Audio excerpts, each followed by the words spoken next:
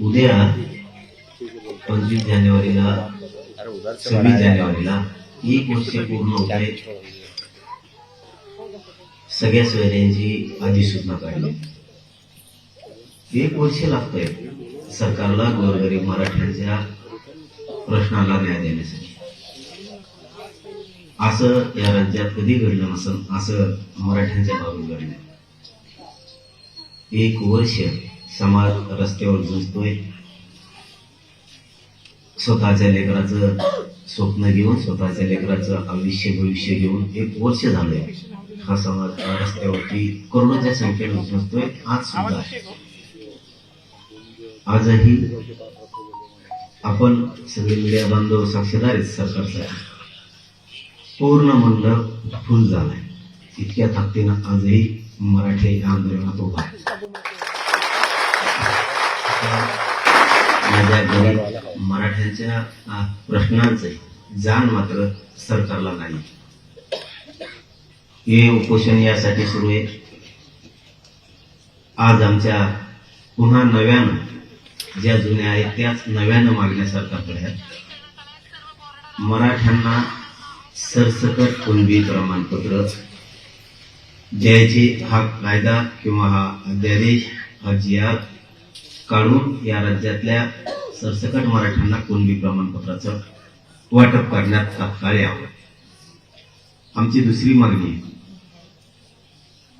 सगळ्या सोयऱ्यांची अंमलबजावणी लगेचच्या लगेच तातडीनं करायची. आता 1 वर्ष होतं, यापेक्षा आमच्याकडे आता संयम नाही. सगळे सोयरे म्हणजे तेही मीडियाच्या माध्यमातून सांगतो, ज्या मराठ्यांची कुणबी नोंद निघाली त्या नोंदीच्या आधारावर पिढ्यांना पार परंपरेनुसार लग्नाच्या गणगोतातल्या सोयरीकी जुळत्या त्या राज्यांतर्गत येणाऱ्या सर्व सगळ्या सोयऱ्यांना कुणबी प्रमाणपत्र द्यायचं. कारण ज्याची कुणबी नोंद निघाली त्याचा व्यवसाय आणि त्याच्या सोयऱ्यांचा, सगळ्या सोयऱ्यांचा व्यवसाय एकच आहे म्हणून, आणि ज्याची कुणबी नोंद निघाली त्याच्या सगळ्या सोयऱ्याला कुणबी प्रमाणपत्र नोंद नाही निघाली तरी या कारणासाठी द्यायचंय की ज्याची कुणबी नोंद निघाली त्याची पोटजात उपजात म्हणून आणि व्यवसाय एक आहे म्हणून त्यांना कुणबी प्रमाणपत्र सरसकट द्यायचे. आमची मागणी आहे की शिंदे साहेबांची समिती गठीत केलेली, मात्र तिला मुदतवाढ दिलेली नाही. तिला तातडीनं मुदतवाढ द्यायची. कक्षेपूर्वीचे जे स्थापन केलेले होते मुख्यमंत्री शिंदे साहेबांना ते पुन्हा सुरू करायचे. वंशावळ समिती गठीत करायची. शिंदे समितीला उर्दूचे, फारसीचे आणि बोडीलिपीचे अभ्यासक द्यायचे. मनुष्यबळ वाढवायचे. ज्या नोंदी सापडल्या प्रत्येक जिल्ह्यातल्या काही जातीवादी अधिकाऱ्यांनी जाणून बुजून नोंदी असून सुद्धा प्रमाणपत्र दिले, ते ताबडतोब प्रमाणपत्र वितरित करून व्हॅलिडिटी करायची, ताबडतोब द्यायचे. या मागण्यासाठी जवळपास 2.5 वर्ष झाले आणि सलग झुंजतोय. सरकारने आमच्या आंदोलकांवरती खोटे गुन्हे दाखल केलेले ते सगळे सरसकट मागे घ्यायचे हे त्यांनी कबूल केलेले. आजपर्यंत त्यांनी ते घेतलेलं नाही. आमच्या हैदराबाद गॅजेट ते गॅजेटियर सुद्धा तात्काळ लगेचच्या लगेच मुख्यमंत्री फडणवीस साहेबांनी लागू करायचे. सातारा संस्थांचं, बॉम्बे गव्हर्नमेंटचं, अमुक संस्थांचं हे तातडीने लगेचच्या लगेच ते लागू करायचे, त्याची अंमलबजावणी करायची. म्हणून आजपासून पुन्हा आमरण उपोषण सुरू आम्ही केलंय. मराठा आरक्षणासाठी आत्महत्या केलेल्या जे बांधव आहेत त्यांना आणखी निधी सरकारनं दिलेला नाही, त्यांना शासकीय नोकरी सामावून घेतलेलं नाही, ते तातडीनं घेण्यात यावं ही सरकारकडं आमची मागणी आहे. अशा 8-9 मागण्या आम्ही सरकारकडे दिलेल्या आहेत. त्या काही नवीन नाहीत, पूर्वीच्याच त्या मागण्या. त्याच्यात नवीन काही नाही. सरकारच्या आहे ते पाठ आहे. नव्याने सांगायची गरज नाही. म्हणून मुख्यमंत्री फडणवीस साहेबांना विनंती आहे की ज्या 8-9 मागण्या आम्ही तुमच्याकडे दिल्या त्याची तातडीने अंमलबजावणी लगेच आपण करा आणि या गोरगरीब मराठ्यांच्या लेकराचं दुःख वाटून घ्या, समजून घ्या. आणि जे मराठा समाजानं अशा अपेक्षा आहेत आपले मुलं मोठे होण्याच्या, त्या तुम्ही पूर्ण करा ही विनंती. याचबरोबर संतोष भैया देशमुख यांची क्रूरपणानं हत्या करण्यात आली.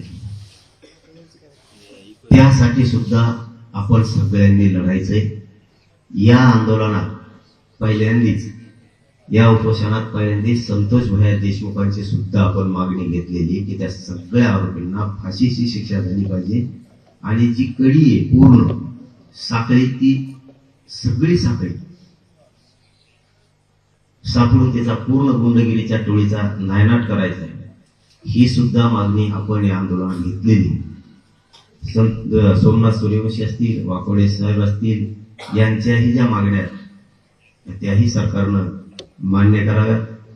संतोष भैयाला न्याय मिळेपर्यंत आपण सगळेजण लढणार आहेत. मी आणि हे राज्य आपण सगळेजण मिळून लढणार आहेत. संतोष भैयाला न्याय मिळण्यासाठी सुद्धा हे उपोषण सुरू आहे. कारण ही मागणी आपण त्यांच्यासाठी पण घेतली. इथूनही आपण संतोष भैयासाठी लढणार आहे.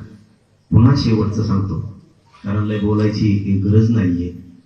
पुऱ्या सरकारला माहिती आहे मराठ्यांच्या मागण्या काय आहेत. आमच्या सगळ्या ज्या मागण्या आहेत तुमच्याकडे 8, 9, 10 मागण्या आहेत, त्या सगळ्याला त्याला तातडीनं अंमलबजावणी द्या ही मुख्यमंत्र्यांना या ठिकाणावर विनंती. आणि एक खात्रीशीर सांगतो, किमान मराठ्यांशी आणि मराठ्यांच्या मागण्याशी गद्दारी आणि बेमानी मुख्यमंत्री करणार नाही याची खात्री आहे. आणि त्याची जाणीव त्यांनी सुद्धा ठेवावी. आमच्या मागण्या तातडीनं मार्गी काढाव्यात. कारण हे उपोषणाचं लोण पूर्ण राज्यभर आता पसरणार. इथं आता सामूहिक उपोषण आहे. पण आता ज्याला बसायचंय त्यालाच बसा असं सांगितलेलं आहे. जोर जबरदस्ती कोणाला नाही. घरच्याचा विरोध असेल तर कोणीही उपोषणाला बसायचं नाही. मी एकटाच खंबीर आहे. तुम्ही फक्त आशीर्वाद, पाठभर पाठिंबा द्यायला जरी आला. आज पहिल्या दिवशी इतके लोक कधीच येत नसते की मला इथून पाठीमागं पक्का माहिती. मी काय 2.5 वर्ष झालं आंदोलन करतो, कधी इतके लोक पहिल्या दिवशी येत नाही. जेव्हा माझी तब्येत खराब होईल तेव्हा राग आला. आज पहिल्यांदाच असं घडलंय 2.5 वर्ष की आंतरवालीतला मंडप पूर्ण फुल झाला. म्हणून आपण सामूहिक उपोषण आहे. आता लोक पण भेटायला येणार आहे. लोकांना भेटायला पण जागा पाहिजे. त्यामुळं जे कोणी उपोषण करते जरा एका बाजूला बसले तर बाकीच्या लिहिली येता येईल, नाही तर तुडी देईन ते आपल्याला. म्हणून थोडं आपणच आपली काळजी घ्यायची.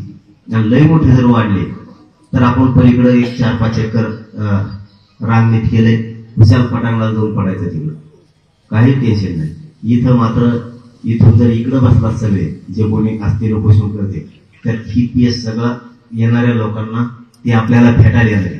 सगळेच जर असे झोपले तर लोकांनी भेटायला कसं यायचं तुम्हाला. त्याच्यामुळे इथून पलीकडे जर तुम्ही बसले तर TPS सगळ्या लोकांना भेटायला यायला पाहिजे. लोक तुम्हाला आम्हाला सगळ्याला भेटायला यायला. धन्यवाद.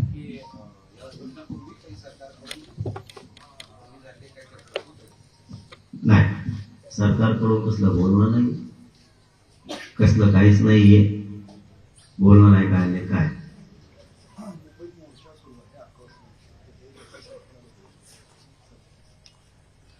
हो, मुंबईत सुद्धा आज मोर्चा आहे. मी कालच आवाहन केलंय की बांधवांनी त्यामध्ये सहभागी व्हायचंय. इथं जरी उपोषण असलं तरी संतोष भैयासाठी पण आहे आणि मराठा समाजासाठी पण आहे. आज करोडो लेकरांच्या न्यायाचा प्रश्न आहे आणि आपली जबाबदारी संतोष भैयाला पण न्याय मिळाला पाहिजे आणि करोडो लेकरांना मराठ्यांचाही न्याय मिळाला पाहिजे. आरक्षण देऊ. त्यामुळं ही लढाई सुरू राहणार आहे. कोणताही विषय मागं पडणार नाही. सगळे सोबत घेऊन हे उपोषण आपण करतो.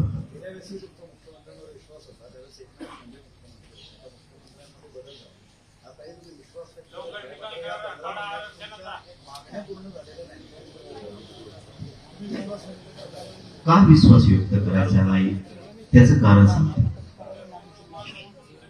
पूर्वी वेगळं होतं. पूर्वी ढकलाढकली व्हायची. फडणवीस साहेब म्हणायचे मी शिंदे साहेबांना का वाढली, त्यांना विचारून बघा, ते कमी देत नाहीत मला माहिती.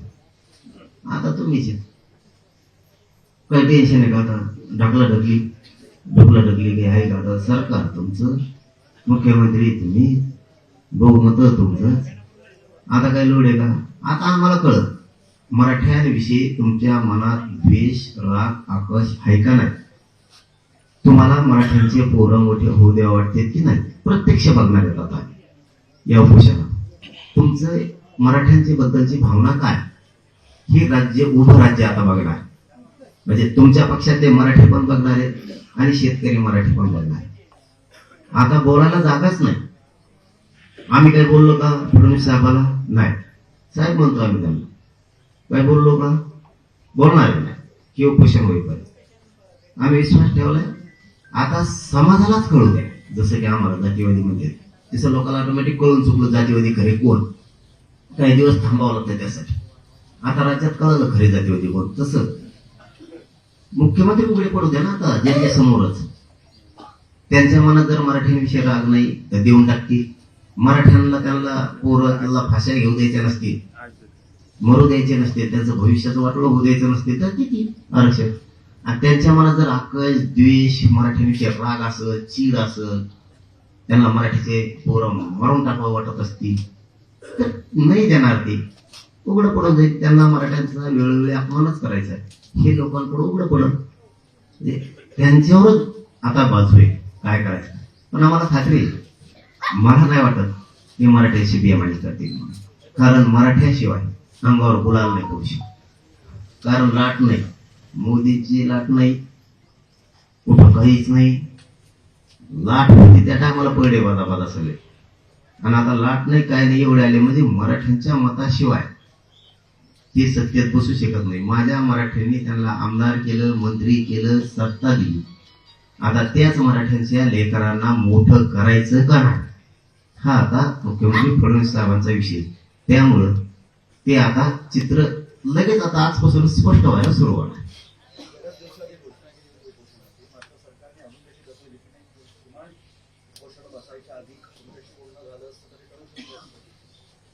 आता ते बोलणं करायचं का नाही ते त्यांचा विषय.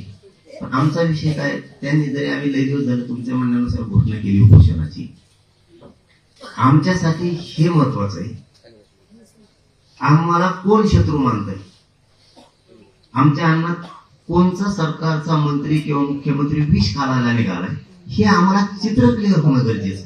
जसं एखाद्या घटनेचा तपास करतो आपण आणि तपासांती लक्षात येतं मग की हा दोषी, तसं या उपोषणाच्या माध्यमातून आम्हाला आमचा खरा मारेकरी कोण, आमच्या लेकरांचा खरा वाटोळा करणारा कोण, कुणाच्या मनात माझ्या गोरगरीब जातीविषयी आक्रोश आहे, द्वेष आहे, द्वेषानं त्यांच्या विचारात विष पेरलेलं आहे, ते आम्हाला याच्यातून उघडं पाडायचं किंवा समाज उघड्या डोळ्यानं बघणार की आपण जर यांना सत्ता दिली तर हे आपल्याला आरक्षण किंवा आपल्या ज्या 8-9 मागण्या त्या मान्य करतात का नाही.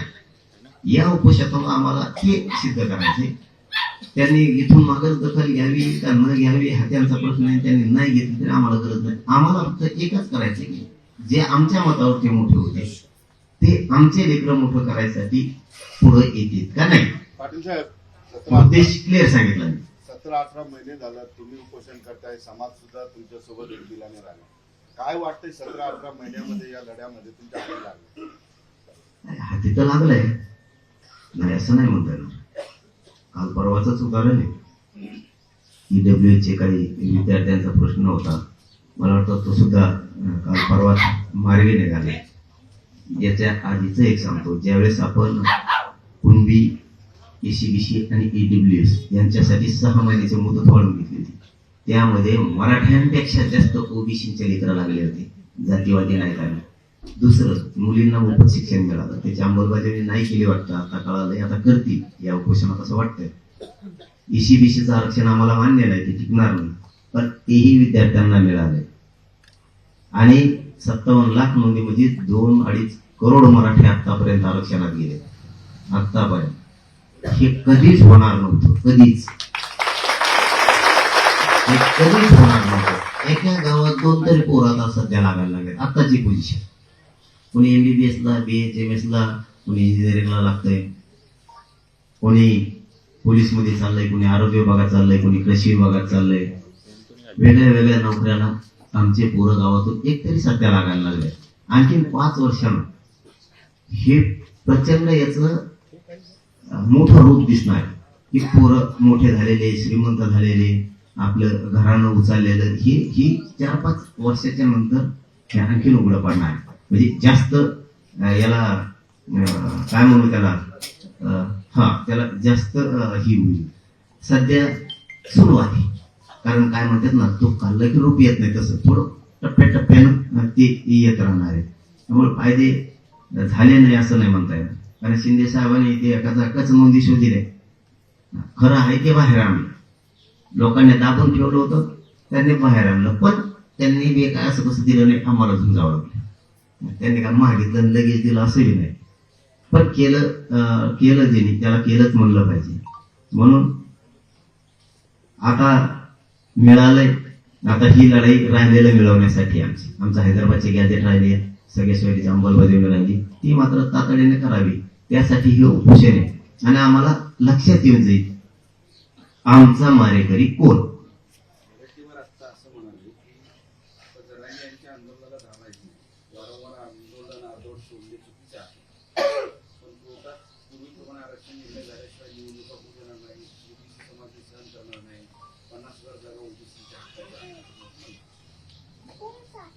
त्याला अंतरवली येतो का मला माणसं बघायला, धार आहे का नाही इथं ये नसतील नजर फिर, नाही तर फिरा रे कॅमेरे भाई. अहो 10,000 अंतरवलीत काय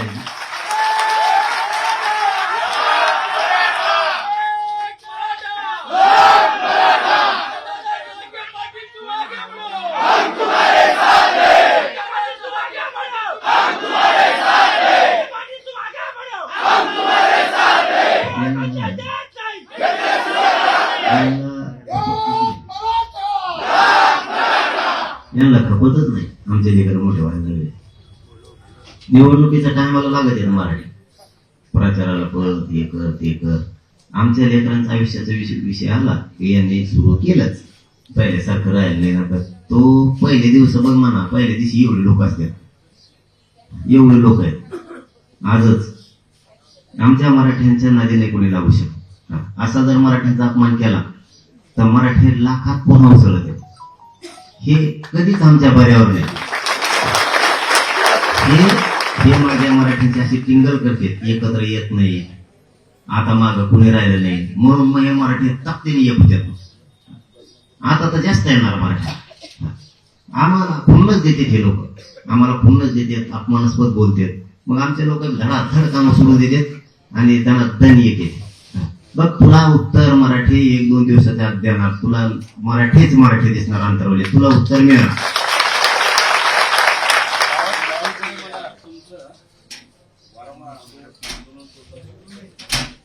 तुला काय करायचं तू बस ना,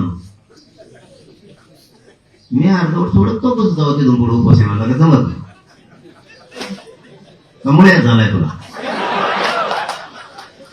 तू बस. असले विरोधी पक्ष लागत आहेत बघा राज्याला अपेक्षा पाहायची. यांनी जनतेच्या आक्रोशाकडून बोलायला पाहिजे, संतोष भैयाच्या गुणाकडून बोललं पाहिजे, गोरगरीब मराठ्यांच्या प्रश्नाकडून बोललं पाहिजे. यांचं झालं की हे लगेच हातापुशी देत. यांना लोकसभेला मराठीचे लोक पाहिजेत, आमदारकीला मराठीचे लोक पाहिजेत. हे असले बेउपकारी येते म्हणून यांचं साफ होते. हे मुळाजाळाशी जे संपायला लागलेत ना, हे काँग्रेस संपायला हे असले ही असली येते म्हणून याचे पक्ष संपायला लागले. आणि मूळ किडी या लेखी जी आहेत ना ह्या बाहेर निघल्या पाहिजे, तेव्हा यांचे पक्ष वाढेल. हे फक्त कामापुरते मराठ्यांजवळ होते, काम झालं की ढकलून देत. हे पुऱ्या पक्षांचे, त्या काँग्रेस पक्षाचे त्याचं वाटोळ करायला खरी असली जबाबदारी 4-2 जण. त्यांच्यात बाकी सगळे काही चांगले आहेत, कामं करतात, आपलं घेतात, पण यातल्या नाशक्यांमुळं पक्ष मूळ होतं त्यांचं, जे मराठीचा द्वेष करतात. हे मराठ्यांनी द्वेषाने भरबाटलेले हे लोक ती आता मराठ्यांपुढे मला या उपोषणातून उघड्या पाडायचे, सत्तेतले बी आणि विरोधातले. या उपोषणाचा ध्येयच हे या. चंद्रशेखर बावनकुळे म्हणाले की मनोज जरांगे पाटील यांचं सामाजिक आंदोलन आहे, समाजाला न्याय मिळावा अशी त्यांची मागणी, आणि सरकार सुद्धा सकारात्मक. चांगली गोष्ट आहे ना, देऊन टाका म्हणून ते कपा पोतं घेऊन येतो, गॅस येतं ते देऊन टाका सगळे, आणि पोत्यात भरून आणतो सगळं आरक्षण, हे घालून ठेवून द्या. चांगली गोष्ट आहे, कौतुक करतो आम्ही त्यांचं, आडं बोलत नाही. जर आता सरकारमधल्या मंत्र्यांचं म्हणणं असेल बावनकुळे साहेबांचं की आम्ही सकारात्मक येत करतो मागण्या, चांगली गोष्ट आहे, बोलतोच आहे त्यासाठी. त्या मराठ्यांनी जसं तुम्हाला मागं डोक्यावर घेतलं तसं पुन्हा डोक्यावर घेऊन नसते म्हणा बावनकुळे साहेब, लक्षात ठेवा. माझं मराठी डोक्यावर घेऊन नसले विसरायचं नाही.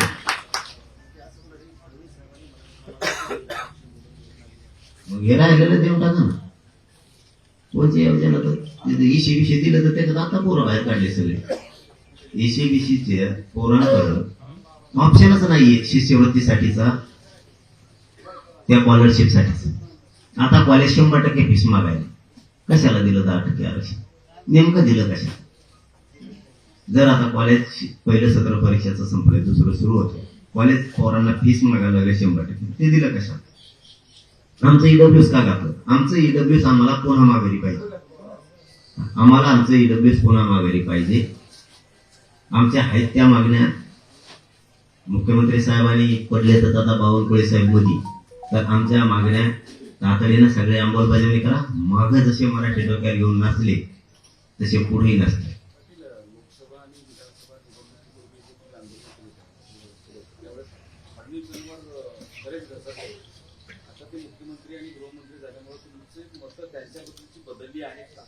नाही सौम्यता आणली आहे का? तुम्ही प्रचंड आक्रमक दिसले होते, महाराष्ट्राने बघितलं. मग आता नाही काय तुम्हाला वाटतं पहिल्या दिवसात गोट्या आता आता मग आता ते आता सुरू होईल ना, टप्प्याटप्प्यात पुढं मग दमानी जरशी होईल ना सुरू. आता नाही मी काय म्हणतोय बाबा, आता पहिले ते ढकल होती, मुख्यमंत्र्यावर ढकलायचे ते शिंदे साहेब की मी आडीत नाही, महाकायचा समान नाही, फडणवीस साहेब असं म्हणायचे. मग आता आम्ही काय सुरू केलं, आता कोण आहे मुख्यमंत्री? तुम्ही सत्तावर तुमची, खालून तुमचीच आहे. कुंकुडून बी कुंकुण खालून धरलं तरी तुमचं, उभारून धरलं तरी तुमचंच आहे, त्याला काही अडचण नाही. मग आता आम्हाला फक्त हे उपोषणातून बघायचं, मराठ्यांविषयी ती त्यावेळी ढकलाढकली होती, आता तुमच्या हातात. तुमच्या मनात मराठ्यांविषयी राग द्वेष आहे का नाही? तुमच्या मनात आमच्या लेकरांच्या अन्नात विष घालायचं जे तुमचा विचार आहे, आम्हाला जे वाटते ते आहेत का नाही त्याच्यात उघड्या पाडणार आहे. म्हणून तुमच्यावर विश्वास ठेवलाय, आमचं द्या, मागण्या सगळ्या मान्य करा, हरकत नाही. तुम्ही नाही दिल्या तर मराठा समोर क्लिअर चित्र होणार आहे. आणि मग 25च्या नंतर ज्यावेळेस उपोषणातही संपल तेव्हा तर काहीच बोलणार नाही, हे उपोषण पुरं होत कर. पण याच्यानंतर मग लागला आपलं त्यांचा साम. तत्कालीन मुख्यमंत्री एकनाथ शिंदे या आंदोलनाच्या काळामध्ये तुमच्या नेहमी संपर्कात असतात, तुमचा विश्वास पण होता की ते देतील असं सातत्यानं बोलायचं. आता मग त्या टाइम ते संपर्कात आहेत का, ते काय असं म्हणताय काय? आता कुठं ते मुख्यमंत्री, आता कुठं? आणि हा पण त्यावेळेस काय म्हणायचे, त्यांना करू दिलं जात नसायचं. आता काय प्रॉब्लेम आहे, आता सगळं तुमच्याकडेच आहे ना. ते होते तर त्यांनी काय दिलं, आता राहिलं तुम्ही द्या, जाऊ द्या ना, भांडण खेळण्यापेक्षा. शिंदे साहेब लय चांगले, फडणवीस साहेब लय वाईट, किंवा फडणवीस साहेब लय चांगले, शिंदे साहेब लय वाईट हे म्हणण्यापेक्षा त्यांनी काय दिले तुम्ही काय द्या, बघू द्या ना आम्हाला कोण कोण काय काय देते, आमच्या लक्षात येणार होतं.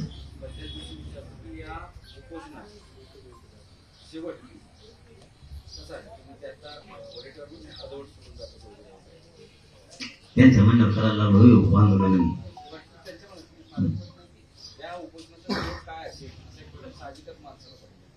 त्यांनाही कळायचं त्याला नाही कळायचं आंदोलन म्हणजे काय असतं.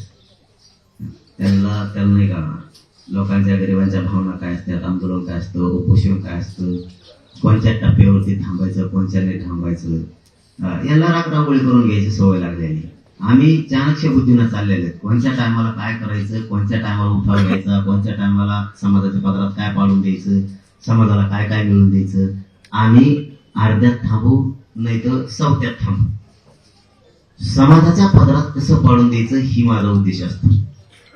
मी माझ्या बुद्धीनं माझ्या हुशारीनं चाललो म्हणूनच कधीच न 75 वर्षात मिळणारा आयुष्य या गोरगरीब मराठीच्या पदरात टाकलेला मी त्याच्या म्हणण्याचं मला कसं झालं. मी आता हे उपोषण कसं होणार हे सगळ्यांना दिसणार. फोन आहे बंद करा ना फोन. तुमच्या उपोषणाला पाठिंबा वेगवेगळ्या ठिकाणी वेगवेगळ्या आंदोलनाच्या माध्यमातून मिळत होतं. ते आता महाराष्ट्रभरात हे तुमच्या आंदोलनाला पाठिंबा देत आहे. त्यांना तुम्ही काय सांगणार आहे? द्यावं, आंदोलन करावं, काय? नाही, सगळ्यांनी एका जागेवर इथं आंतरराष्ट्रीयच करायचंय. राज्यात कुठेही करायचं नाही. पण काही गावं ऐकणार नाही. आम्हाला निरोप येलेत ना रात्री. ते म्हणतात आता आम्ही आमच्या गावातही करतो. आता काय डोकं.